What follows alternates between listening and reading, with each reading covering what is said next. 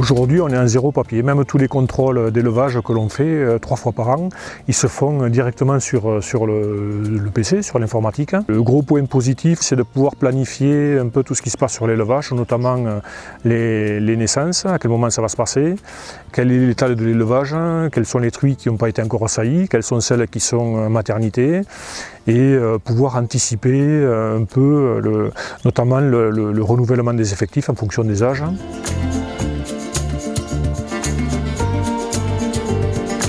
Le fait d'utiliser des boucles électroniques permet d'éviter déjà toute une partie de ressaisie à la main des événements et des identifications des animaux. C'est un gain de temps et puis aussi une évolution dans la quantité de choses que l'on peut répertorier sur l'animal. C'est un gain de temps aussi lors du relevé des numéros des animaux avant l'abattoir, puisque nos animaux vivent essentiellement en extérieur.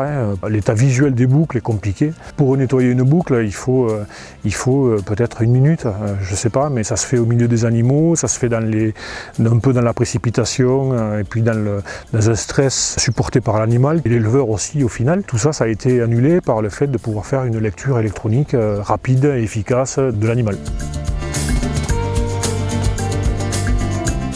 Du fait d'avoir les AOP sur le nord de Bigorre, il y avait beaucoup de documents papier à remplir par les éleveurs qui permettaient donc de suivre tous les mouvements et l'alimentation qui était faite sur chaque animal.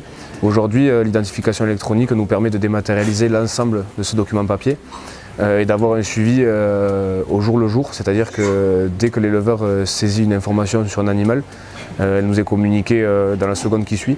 Donc on a vraiment un meilleur suivi de notre filière et des animaux présents dans la filière. L'important pour notre filière, c'est d'être le plus transparent possible. Via le QR code que l'on appose sur chaque jambon ou chaque morceau de viande issu de la longe, on est capable de proposer au consommateur le suivi sanitaire de l'animal, son suivi alimentaire, donc qu'est-ce qu'il a consommé et quelles sont les céréales que composait la ration, mais aussi un suivi, on va dire, plutôt géographique en montrant le parcours dans lequel le cochon a été élevé, mais aussi l'éleveur qui a élevé cet animal. Pour moi, c'est une réelle avancée. C'est une réelle avancée dans la saisie, dans le retour que l'on a et dans la quantité d'événements et d'informations que l'on peut stocker par animal et qui permettent de mieux fonctionner.